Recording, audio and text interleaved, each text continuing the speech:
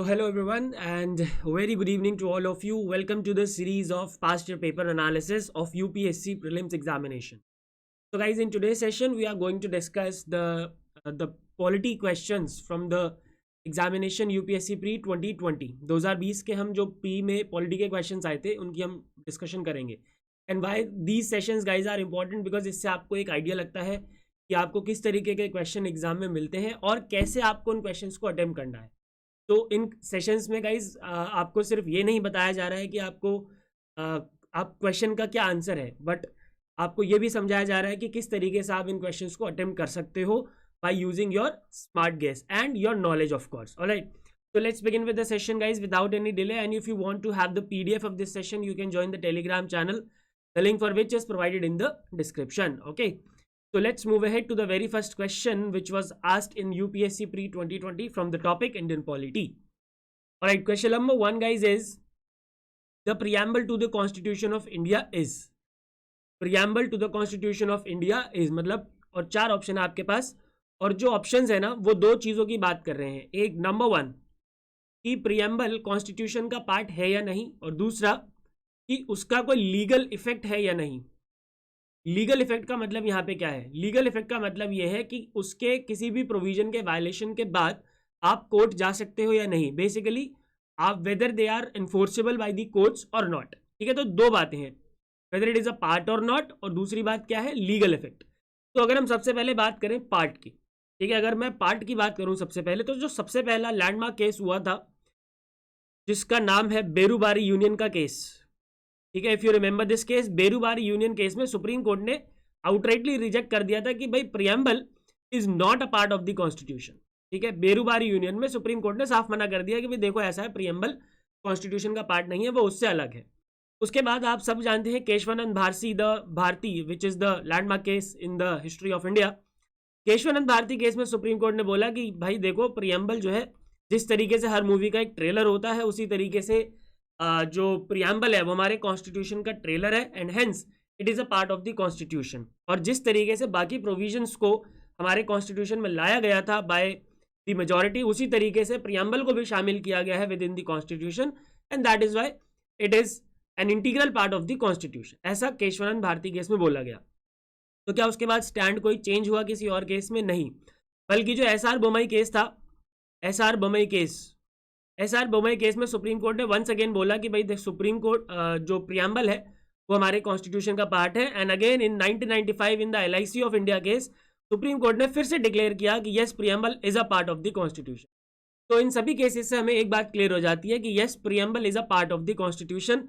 तो सीधा सीधा मैं ऑप्शन बी को एलिमिनेट कर दूंगा. बी एलिमिनेट हो गया. ठीक है, अब बचे हमारे पास ए, सी और डी है, जिसमें तीनों में मेंशन है कि it is a part of the constitution. ठीक है, अब लीगल इफेक्ट का मतलब एनफोर्सेबिलिटी की अगर हम बात करें कि वेदर दे आर एनफोर्सेबल और इन कोर्ट और नॉट, तो लक्ष्मीकांत अगर आपने रिलीजियसली पढ़ी है ना, तो उसमें बिल्कुल डायरेक्टली मेंशन है that the preamble is not enforceable in the court, तो it has no legal effect. मतलब ये वाला जो स्टेटमेंट है, ए स्टेटमेंट, ये आपका गलत हो गया. ठीक है, और नहीं ये सही है, सॉरी, लीगल इफेक्ट नहीं होता, मतलब ऑप्शन ए बिल्कुल ठीक है आपका, और ऑप्शन डी भी सही है, मतलब ऑप्शन सी आपका गलत है. Has the same legal effect as any other part, because fundamental right का तो देखो हमारे पास लीगल इफेक्ट है, मतलब दे आर एनफोर्सेबल. तो एज एनी अदर पार्ट की बात इसमें करी है, तो इसलिए ये वाला स्टेटमेंट जो है, थर्ड स्टेटमेंट, वो आपका गलत हो जाता है. अब आपके पास बचे स्टेटमेंट नंबर ए और डी, जिसमें दोनों में बोला है कि yes it is a part and it has no legal effect. लेकिन अगर हम स्टेटमेंट डी को देखें तो वो ज्यादा कॉम्प्रिहेंसिव है, क्योंकि उसमें एक चीज और एडेड है, इंडिपेंडेंटली ऑफ अदर पार्ट्स. अब इंडिपेंडेंटली ऑफ अदर पार्ट्स का मतलब यहाँ पे ये है कि प्रियम्बल जो है वो एनफोर्सेबल नहीं है bye any court, and it is independently of any other part का मतलब ये हुआ कि बाकी कोई भी पार्ट, जैसे फंडामेंटल राइट है, फंडामेंटल राइट्स तो एनफोर्सेबल है, ये समझ रहे हो बात को, लेकिन प्रियम्बल नहीं है. Fundamental rights are enforceable, however preamble is not, right. तो देयरफॉर ये जो लीगल इफेक्ट वाला चीज है ये इंडिपेंडेंट है of any other part of the constitution of India. तो जो इसका सही आंसर होगा गाइज वो होगा ऑप्शन नंबर डी.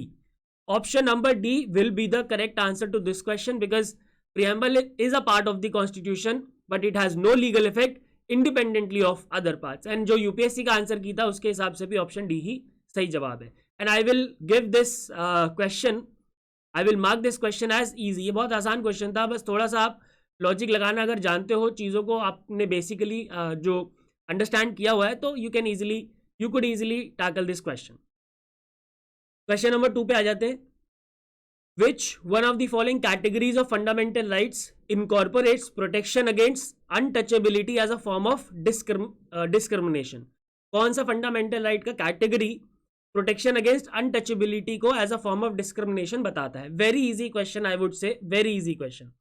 देखो अब इसमें राइट अगेंस्ट एक्सप्लॉइटेशन, ठीक है, ये क्या है? इसमें आर्टिकल नंबर 23 और 24 आ जाएंगे, ठीक है, जिसमें कि दोनों में अलग अलग बातें की गई हैं, वहां पे अनटचेबिलिटी का कोई जिक्र नहीं है। फिर राइट टू फ्रीडम की बात करें तो राइट टू फ्रीडम में कौन कौन से आर्टिकल आ जाएंगे? आर्टिकल नंबर 19 से लेके 21A तक आ जाएंगे, ठीक है, तो इसमें भी कोई अनटचेबिलिटी की बात नहीं है। राइट टू कॉन्स्टिट्यूशनल रेमेडीज की बात करेंगे तो आर्टिकल नंबर 32 आ जाएगा, जिसमें फंडामेंटल राइट्स के वायलेशन के लिए आपके पास रिट्स अवेलेबल है इन सुप्रीम कोर्ट्स, ठीक है। फिर अगर मैं राइट टू इक्वलिटी की बात करता हूं, जिसमें आर्टिकल नंबर 14 से लेके 18 तक आते हैं, और इसका आर्टिकल नंबर 17 अगर आपको याद हो, आर्टिकल नंबर 17 अगर आपको याद है तो वो क्या कहता है? Article number 17 protects provides basically untouchability as a form of discrimination, ठीक है ना। तो आर्टिकल 17 किसका पार्ट है? राइट टू इक्वलिटी का पार्ट है। So therefore the correct answer to this question guys is what? Right to equality. Very easy question, इस पर तो ज्यादा समय देने की जरूरत भी नहीं थी, ठीक है ना। क्वेश्चन नंबर 3, ये थोड़ा सा अच्छा क्वेश्चन है, हालांकि बहुत आसान भी मैं कहूंगा इसको। In India separation of judiciary from the executive is enjoined by, जो हमारा जुडिशरी और एग्जीक्यूटिव का सेपरेशन है वो किसके थ्रू एंजॉइन किया गया है? नंबर 1 ऑप्शन ए है the preamble of the constitution. देखो प्रियम्बल में इस तरीके की बात ही नहीं है, अगर आप पूरा प्रियम्बल पढ़ोगे तो क्या वहां पे कहीं पे भी कुछ ऐसा मेंशन है that judiciary is separated from the executive? No.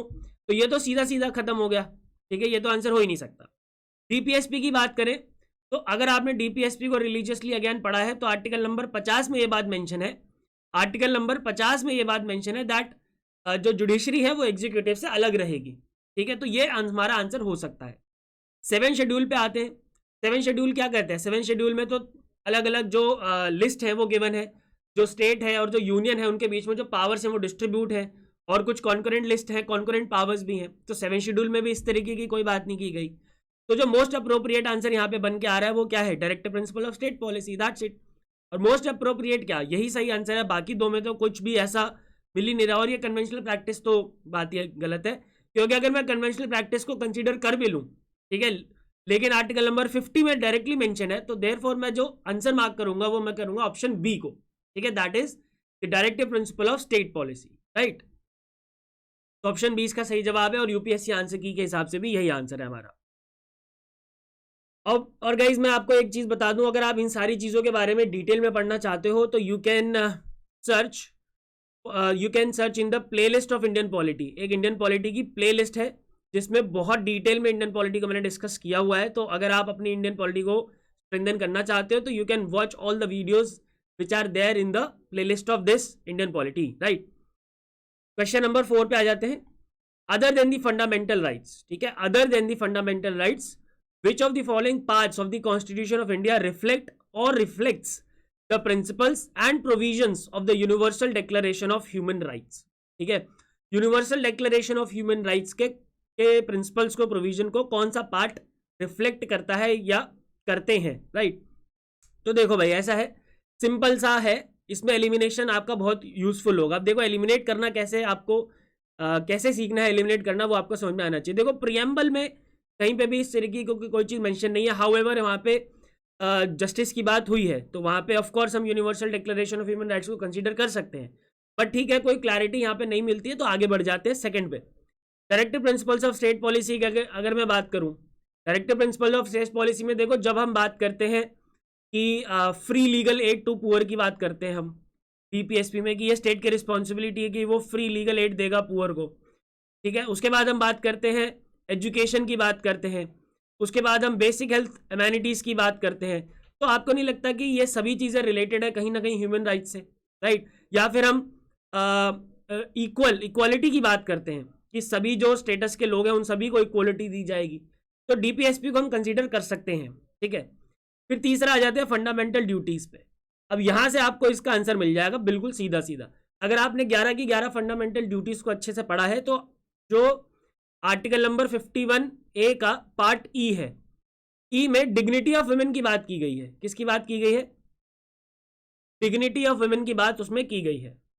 तो जहां पे डिग्निटी ऑफ वुमेन की बात आ जाती है वहां पे दैट मीन्स कि we are talking about the human rights.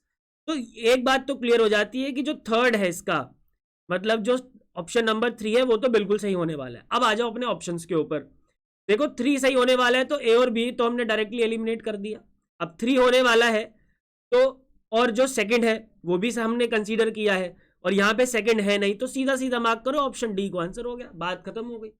तो थोड़ा सा आपको एलिमिनेशन टेक्निक अगर आ गया तो आप बहुत इजीली स्मार्ट गेसेस की मदद से, और ये देखो एक स्मार्ट गेसेस है, मैंने कोई आंख बंद करके अंधों की तरह तुक्का नहीं लगाया, ठीक है, याद रखना अंधों की तरह तुक्का नहीं लगाना एग्जामिनेशन में। तो अब देखो 3 सही था, इसका मतलब ये दोनों तो एलिमिनेट हो गए, ठीक है, ये जो दोनों थे ऑप्शन 1 और 2 ए और बी ये दोनों एलिमिनेट हो गए। अब 2 में देखो क्योंकि ये सारी चीजें मेंशन है डीपीएसपी में तो हम कंसीडर कर सकते हैं कि यस जब हम हेल्थ की बात कर रहे हैं, एजुकेशन की बात कर रहे हैं, इक्वालिटी की बात कर रहे हैं, free legal aid to poor की बात कर रहे हैं, तो that means we are talking about the human rights. तो सेकंड भी कहीं ना कहीं ठीक है, तो अगर सेकंड और थर्ड सही है तो ठीक है, ऑप्शन डी आंसर हो गया आपका, राइट। क्वेश्चन नंबर 5 पे आ जाते हैं। Which part of the constitution of India declares the ideals of welfare state? Very very easy question. अगर आप डीपीएसपी का चैप्टर पढ़ोगे ना, डीपीएसपी का चैप्टर पढ़ोगे पार्ट 4 जो है, ऑफ कोर्स पार्ट 4 जब आप पढ़ने जाओगे कॉन्स्टिट्यूशन ऑफ इंडिया का तो उसमें डायरेक्टली मेंशन है जो डीपीएसपी के पीछे कॉन्सेप्ट है ना वही है वेलफेयर स्टेट का, ठीक है। डीपीएसपी के पीछे जो कॉन्सेप्ट है, कॉन्सेप्ट ही वेलफेयर स्टेट का है, that it shall be the duty. Article number 38 में मेंशन है ना, आर्टिकल नंबर 38 पढ़ा है कि नहीं पढ़ा है? आर्टिकल 38 क्या कहता है? It shall be the duty of the state to ensure the justice. और जस्टिस कौन कौन सी तरीके की? इकोनॉमिक जस्टिस, पॉलिटिकल जस्टिस, सारी तरीके की जस्टिस, सोशल जस्टिस, ठीक है। And it shall be the duty of the state to remove all forms of inequalities, ठीक है। तो इन सभी से क्या बनेगा? एक वेलफेयर स्टेट बनेगा, ठीक है। तो ये तो बहुत ही आसान क्वेश्चन है। वेलफेयर स्टेट का जो कॉन्सेप्ट है वो कहां से निकल के आया? डीपीएसपी से निकल के आया, या यूं कह सकते हैं डीपीएसपी के पीछे का जो कॉन्सेप्ट है वो पूरा का पूरा क्या है? वेलफेयर स्टेट है। तो देयरफॉर करेक्ट आंसर हमारा क्या हो जाएगा? ऑप्शन ए डीपीएसपी, सीधा। बहुत आसान क्वेश्चन है ये, आई डोंट थिंक इसमें कोई प्रॉब्लम होनी चाहिए आपको। Question number 6 with reference to the provisions contained in part 4 of the constitution of India, which of the following statements are correct? ठीक है, कौन सा स्टेटमेंट आपको करेक्ट बताना है? और विद रिस्पेक्ट टू पार्ट 4, यानी कि again we are talking about DPSP. हम किसकी बात कर रहे हैं? डीपीएसपी की बात कर रहे हैं। तो पहला स्टेटमेंट है this shall be enforceable by courts. Laxmikanth ji ने चिल्ला चिल्ला के अपनी किताब में बताया है that fundamental rights are enforceable, however DPSPs are not enforceable. तो पहला स्टेटमेंट तो सीधा सीधा गलत हो गया, और 1 और 2 दोनों आपस में क्या है? कॉन्ट्राडिक्टरी स्टेटमेंट है। तो दूसरा वाला एब्सोल्युटली सही है, they shall not be enforceable by any court. तो दूसरा अगर सही है, दूसरा अगर सही है तो ये चला गया, ये भी चला गया। अब आपके पास बी और डी में 50-50% की बात है, ठीक है। अब तीसरे स्टेटमेंट को ध्यान से पढ़ो। The principle laid down in this part are to influence the making of laws by the state. अगर डीपीएसपी की डेफिनेशन जो आर्टिकल नंबर 37 में है, आर्टिकल नंबर 37 क्या कहता है आपसे? आर्टिकल नंबर 37 सीधा सीधा कहता है that it shall be the duty of the state to incorporate these principles while framing any law. कोई भी लॉ बनाते वक्त, कोई भी एक्ट बनाते वक्त ये स्टेट की ड्यूटी है कि वो इन प्रिंसिपल्स को उस लॉ में इनकॉर्पोरेट करेगा। तो आपको नहीं लगता कि ये स्टेटमेंट से ये बात क्लियर हो जाती है? ये जो थर्ड स्टेटमेंट हमारा, that the principles laid down in this part are to influence the making of laws by the state. अब देखो इन्फ्लुएंस की बात हो रही है यहाँ पे, ये नहीं बोला कि हाँ मैंडेटरी है, लेना ही पड़ेगा, ठीक है, क्योंकि डीपीएसपी में भी कहीं ऐसा मेंशन नहीं है कि लेना ही पड़ेगा। ये बोला है it shall be the duty of the state, and yes influence word वो उससे रिलेट होता है। देयरफॉर जो तीसरा स्टेटमेंट है वो भी करेक्ट है। तो इसीलिए इसका जो सही आंसर है इसका वो है आपका option number D, 2 and 3 only, ठीक है। तो इस तरीके से आप देखो, जब आपके पास 50-50% का चांस बचता है ना, तो देखो अगर मान लो आपके पास 20 क्वेश्चन हैं जिसमें 50-50 तक आप लेके आ गए, तो 50 तो 20 में से 10 क्वेश्चन तो सही होंगे। अब आपकी बिल्कुल ही, अगर आपका जो स्मार्ट गैस है बिल्कुल ही खराब है, आप बिल्कुल अंधों की तरह तुक्का मार रहे हो, तो इन दैट केस हो सकता है कि सही ना हो, राइट। क्वेश्चन नंबर 7, ये थोड़ा सा अच्छा क्वेश्चन है. Consider the following statement. The constitution of India defines it's basic structure in terms of federalism, secularism, fundamental rights and democracy. अब देखो यहाँ पे इस स्टेटमेंट को पढ़ने के बाद दो तरीके के लोग होंगे. पहला स्टूडेंट वो होगा जो ये सोचने लगेगा कि यार बेसिक स्ट्रक्चर सिर्फ इन 4 चीज़ों की बात करता है या किसी और चीज़ों की भी बात करता है, तो वो अपना दिमाग लगाएगा कि यार बेसिक स्ट्रक्चर में क्या क्या चीज़ें आती हैं, क्या क्या चीज़ें नहीं आती हैं. वहीं दूसरा जो थोड़ा सा स्मार्टली खेलेगा स्टूडेंट, वो इस पहली लाइन पे ही इस स्टेटमेंट को निगेट कर देगा. क्यों? क्योंकि पहला जो लाइन है वो क्या कह रहा है, the constitution of India defines it's basic structure. क्या कॉन्स्टिट्यूशन ऑफ इंडिया में बेसिक स्ट्रक्चर की डेफिनेशन है? नहीं है. ये सुप्रीम कोर्ट की इंटरप्रिटेशन का पार्ट है बेसिक स्ट्रक्चर, राइट. तो पहला स्टेटमेंट इसीलिए बिल्कुल सरासर गलत है, इसमें कोई डाउट नहीं होना चाहिए आपको, ठीक है. अब जो दूसरा स्टेटमेंट है, दूसरा स्टेटमेंट में थोड़ा सा डाउट रहा था कई लोगों को, लेकिन जो यूपीएससी ने आंसर बताया है उसकी भी हम बात करेंगे. देखो क्या है, the constitution of India provides for judicial review to safeguard the citizens liberties and to preserve the ideals on which the constitution is based. Fundamental right जब आप पढ़ने जाते हो तो उसमें एक आर्टिकल पढ़ते हो, आर्टिकल नंबर 13. आर्टिकल नंबर 13 ये कहता है कि कोई भी लॉ अगर फंडामेंटल राइट्स का वायलेशन करता है तो वो वॉइड माना जाएगा, ठीक है. और वो वॉइड करार कौन देगा? Of course.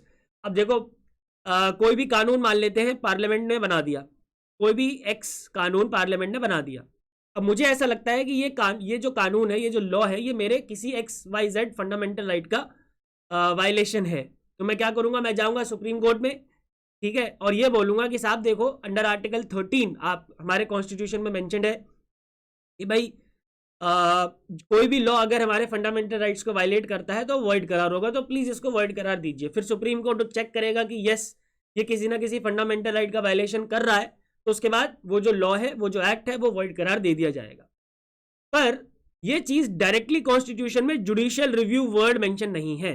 अब देखो यहाँ पे कंफ्यूजन हो सकती थी, कुछ लोगों ने इसको टू ओनली आंसर मार्क किया, कुछ लोगों ने neither one not two mention किया, ठीक है. अब कंफ्यूजन ये थी कि क्या कॉन्स्टिट्यूशन ऑफ इंडिया प्रोवाइड करता है फॉर जुडिशियल रिव्यू? नहीं, कॉन्स्टिट्यूशन ऑफ इंडिया में डायरेक्टली मेंशन नहीं है जुडिशियल रिव्यू का, उसने आर्टिकल 13 में इनडायरेक्टली बोला हुआ है, और इसीलिए यूपीएससी ने ऑप्शन डी को सही आंसर माना है. मतलब वो स्टेटमेंट 2 को बोल रहा है यूपीएससी की, वो स्टेटमेंट 2 जो है वो गलत है, ठीक है. स्टेटमेंट 2 को वो गलत मानता है, क्योंकि वो इसलिए मानता है क्योंकि कंफ्यूजन थी, ठीक है. 2020 में कई स्टूडेंट ने इसमें 2 को सही माना, कई स्टूडेंट ने डी को सही माना, ठीक है. तो अगेन 50-50% की प्रोबेबिलिटी थी. तो जुडिशियल रिव्यू क्योंकि डायरेक्टली मेंशन नहीं है कॉन्स्टिट्यूशन में, इसीलिए जो ऑप्शन डी है वो इसका सही आंसर है. ऑलराइट, क्वेश्चन नंबर 8 पे आ जाते हैं. Consider the following statements. The president of India can summon a session of parliament at such place as he और शी थिंक्स फिट. बहुत आसान स्टेटमेंट है ये.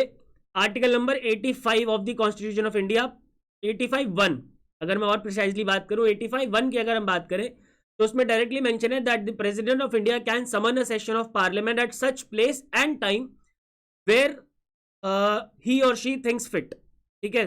किसी भी प्लेस पे, किसी भी समय पे वो पार्लियामेंट के सेशन को समन कर सकता है. तो पहला स्टेटमेंट तो एब्सोल्युटली करेक्ट है, इसमें कोई डाउट नहीं है. अब देखो ऑप्शन पे आओ, पहला स्टेटमेंट अगर सही है तो ये चला गया और ये चला गया. Now we have 50-50% probability. और जो ए और सी ऑप्शन है ना, उसमें सेकंड स्टेटमेंट मेंशन ही नहीं है, तो मैं सेकंड स्टेटमेंट को तो पढ़ूंगा ही नहीं, सेकंड स्टेटमेंट को मैं पढ़ूंगा ही नहीं, उस पर मैं ध्यान ही नहीं दूंगा, राइट. फिर आओ थर्ड स्टेटमेंट पे. थर्ड स्टेटमेंट क्या कह रही है हमसे? There is no minimum number of days that the parliament is required to meet in a year. देखो आर्टिकल नंबर 85(1) में ही, ठीक है, 2 स्टेटमेंट्स हैं. पहला तो ये हो गया that the president of India can summon a session of parliament at such place and time as he और शी थिंक्स फिट, राइट. और इसी में कॉमन लगा के एक बात और बोली हुई है कॉन्स्टिट्यूशन में कि 2 सेशंस के बीच में, पार्लियामेंट के 2 सेशंस के बीच में 6 मंथ से ज्यादा का टाइम नहीं होना चाहिए. कितने महीने से ज्यादा? 6 महीने से ज्यादा, 6 महीने से ज्यादा का टाइम नहीं होना चाहिए, राइट. लेकिन उसमें कहीं पे भी मिनिमम नंबर ऑफ डेज की बात नहीं कही है. यहां पे देखो मिनिमम नंबर ऑफ डेज बोला है, तो मिनिमम नंबर ऑफ डेज के लिए तो ऐसी कोई बात ही नहीं है. तो दैट मीन्स कि ये स्टेटमेंट बिल्कुल सही है. तो 1 और 3, ठीक है, हमें क्या करना था? 1 और 3, yes, option C correct statement identify करना था. 1 और 3 इसका बिल्कुल सही जवाब है. तो ये बहुत मैं कहूंगा कि अगर आपको थोड़ा सा लॉजिक लगाना आता है, थोड़ा सा ऑप्शंस के साथ खेलना आता है, तो आप इस क्वेश्चन को भी बहुत आराम से कर सकते थे, क्योंकि स्टेटमेंट नंबर 2 को तो इसमें पढ़ने की जरूरत नहीं है। ठीक है, क्वेश्चन नंबर 9, ये भी आसान क्वेश्चन है, इसमें भी कोई बहुत ज्यादा डिफिकल्टी नहीं होनी चाहिए। I believe Rajya Sabha has equal powers with Lok Sabha in which of the following. ठीक है, तो पहला है the matter of creating new all India services. क्या आपने आर्टिकल नंबर 312 पढ़ा है या नहीं पढ़ा है? आर्टिकल नंबर 312 पढ़ा है या नहीं पढ़ा है, जल्दी बताओ भाई। आर्टिकल नंबर 312 में डायरेक्टली ये बात मेंशन्ड है कि राज्यसभा के पास पावर है to create the new all India services. तो पहला स्टेटमेंट तो गया। ठीक है, दूसरा अमेंडिंग द कॉन्स्टिट्यूशन। ठीक है, आर्टिकल नंबर 368 में ये मेंशन्ड है कि द बिल, ऐसा बिल जिसमें हम कॉन्स्टिट्यूशन को अमेंड करना चाहते हैं, it can be initiated in either house of the parliament. ठीक है, लोकसभा में भी और राज्यसभा में भी। तो सेकंड स्टेटमेंट सही हो सकती है। फिर भी थर्ड की बात करते हैं, removal of the government. Removal of the government, no confidence motion. No confidence motion कहां पे आता है भाई, जल्दी बताओ। नो कॉन्फिडेंस मोशन आता है लोकसभा में, तो ये बात भी बिल्कुल गलत हो गई। एंड मेकिंग कट मोशंस, अगर आपने बजट वाला चैप्टर पढ़ा है अच्छे से, उसमें डायरेक्टली मेंशन है जी कि कट मोशन जो है वो कहां पे होता है, लोकसभा में होता है। तो ये स्टेटमेंट भी इनकरेक्ट हो गई। तो देयरफॉर जो हमारा सही आंसर था इस क्वेश्चन का वो क्या था, option B, amending the constitution में राज्यसभा और लोकसभा के पास इक्वल पावर्स हैं। राइट, तो ऑप्शन बी इसका बिल्कुल सही आंसर है। Consider the following statements. Alright, let's consider them. According to the Constitution of India, a person who is eligible to vote can be made a minister in a state for 6 months, even if he or she is not a member of legislature of that state. अब देखो, पहला जो statement है वो थोड़ा सा confusing था। जब लोगों ने पेपर दिया उस टाइम तो कंफ्यूजन हुई थी। क्यों हुई थी मैं बताता हूँ। A person who is eligible to vote, now who is eligible to vote, 18+। ठीक है, 18+ वाले can be made a minister. अब देखो इन्होंने बोला कैन बी, मतलब it is a possibility, be made a minister in a state for 6 months even if he और she is not a member of the legislature of that state. और ये जो second part है statement का, ये बिल्कुल सही है, क्योंकि हम सब जानते हैं कि अगर कोई पर्सन एमपी या एमएलए नहीं है, यहाँ पे एमएलए की बात हो रही है, एमएलए ही रखते हैं। अगर कोई पर्सन एमएलए नहीं है तो उसको 6 महीने का टाइम दिया जाता है to become the part of that, to become the part of legislature of that state. और अगर वहां पे लेजिस्लेटिव काउंसिल है तो उसका पार्ट वो बन सकता है 6 महीने के अंदर। तो सेकंड स्टेटमेंट सही थी। और जो पहली स्टेटमेंट है, person who is eligible to vote can be made a minister, yes, ये भी सही था।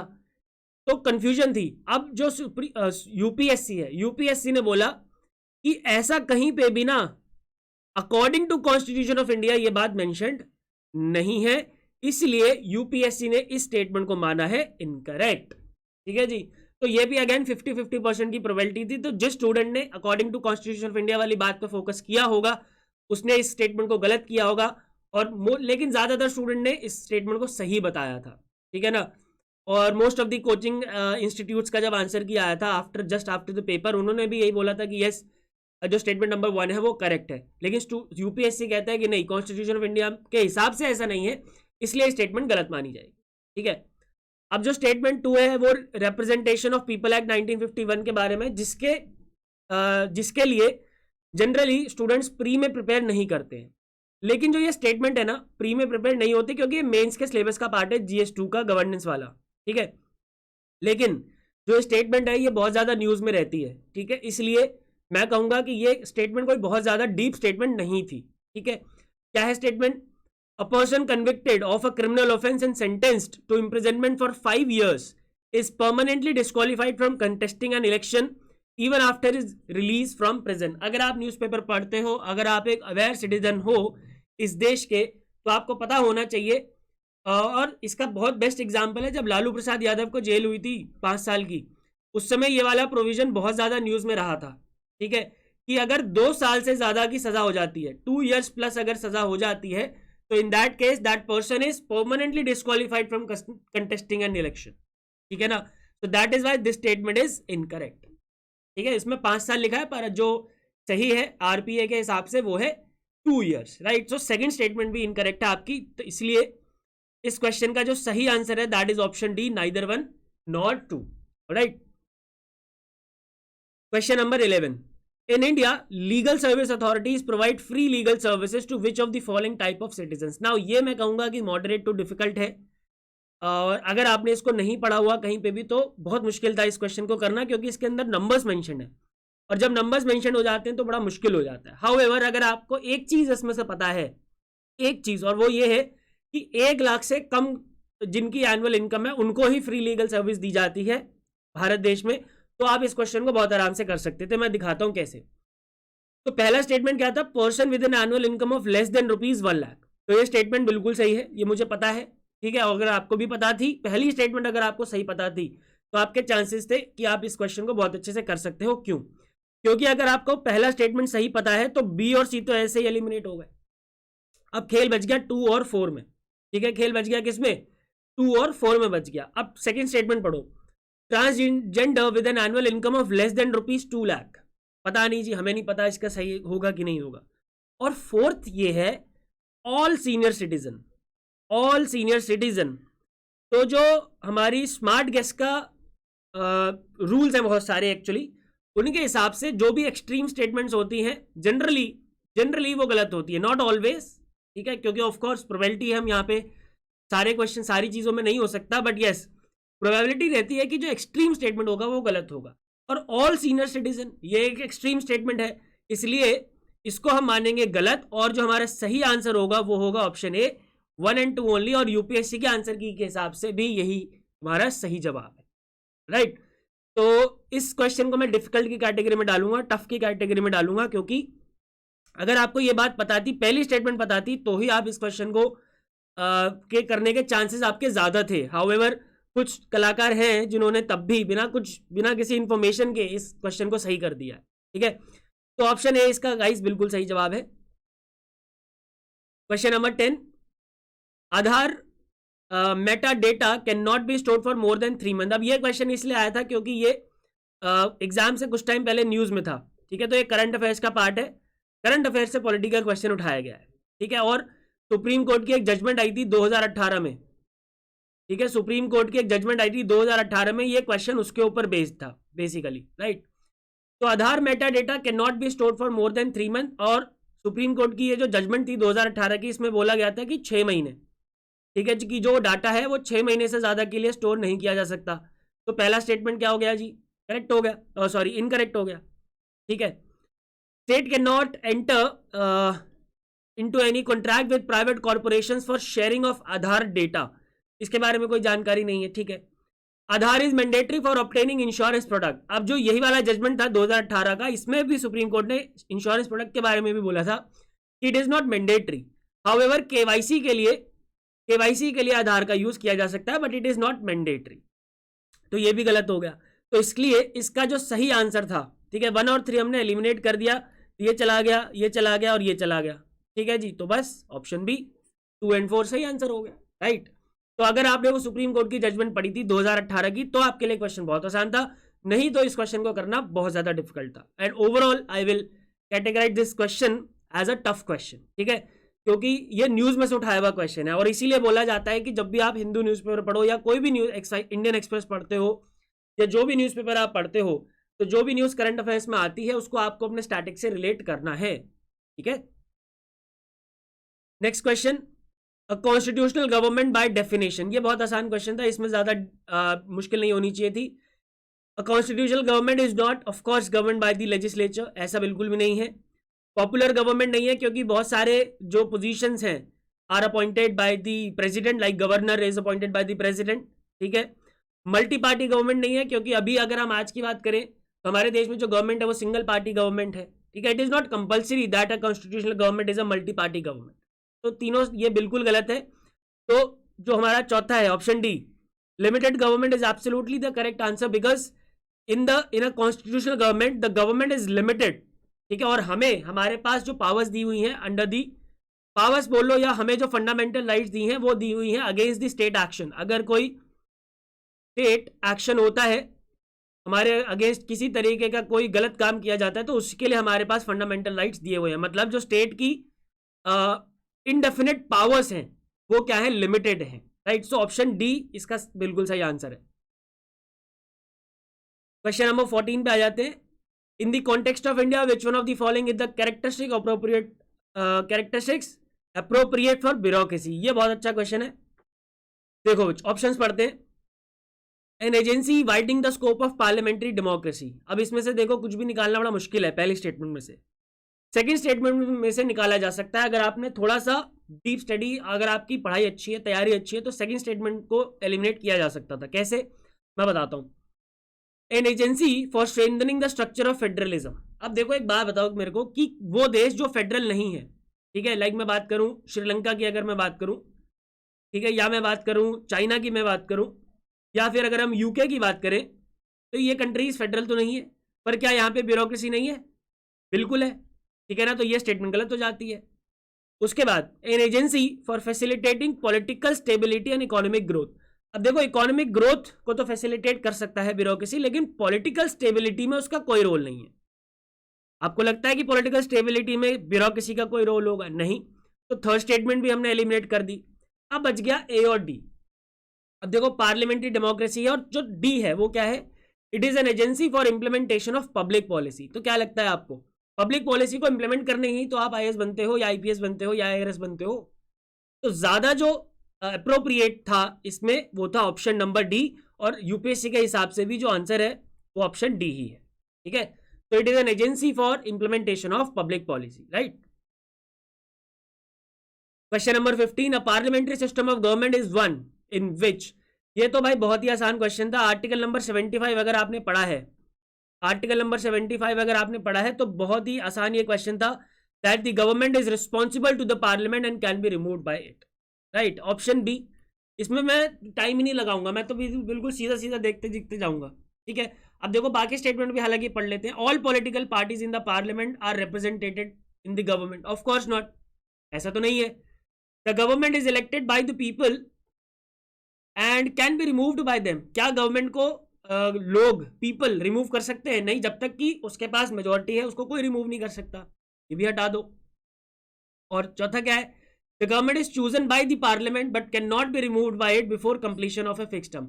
इट कैन बी रिमूव्ड, जब तक कि मेजोरिटी है तब तक ही रहेगा, अगर नहीं है तो उसको हटा दिया जाएगा। And government is not chosen by the, चलो अगर किसी भी पार्टी की मेजोरिटी नहीं है तो हम कह सकते हैं कि यस, जो गवर्नमेंट है वो पार्लियामेंट ने चूज करी, लेकिन उसको रिमूव कर सकती है पार्लियामेंट, ठीक है। अगर मेजोरिटी लूज हो गई तो खत्म, राइट। तो ऑप्शन बी इसका बिल्कुल सही आंसर है। क्वेश्चन नंबर 16 पे आ जाओ। ये तो बहुत आसान क्वेश्चन था भाई। 2020 के क्वेश्चंस कंपैरेटिवली बहुत ज्यादा इजी थे। पॉलिटी की अगर मैं बात करूं specifically, along with the budget the finance minister also places other documents before the parliament which include the macroeconomic framework statement. The aforesaid document is presented because this is mandated by FRBM. FRBM ने mandated है कि parliament में macro economic framework statement को present करना पड़ेगा finance minister को। तो therefore जो हमारा सही जवाब था वो क्या था? Provision of fiscal responsibility and budget management act of 2003। Very easy question guys.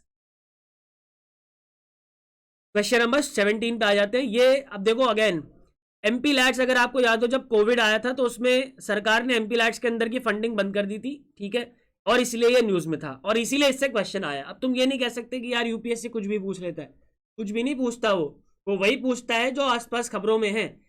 अब आपके ऊपर है कि आप उन खबरों तक कितना सही तरीके से, कितना सटीक तरीके से पहुंच रहे हो, राइट।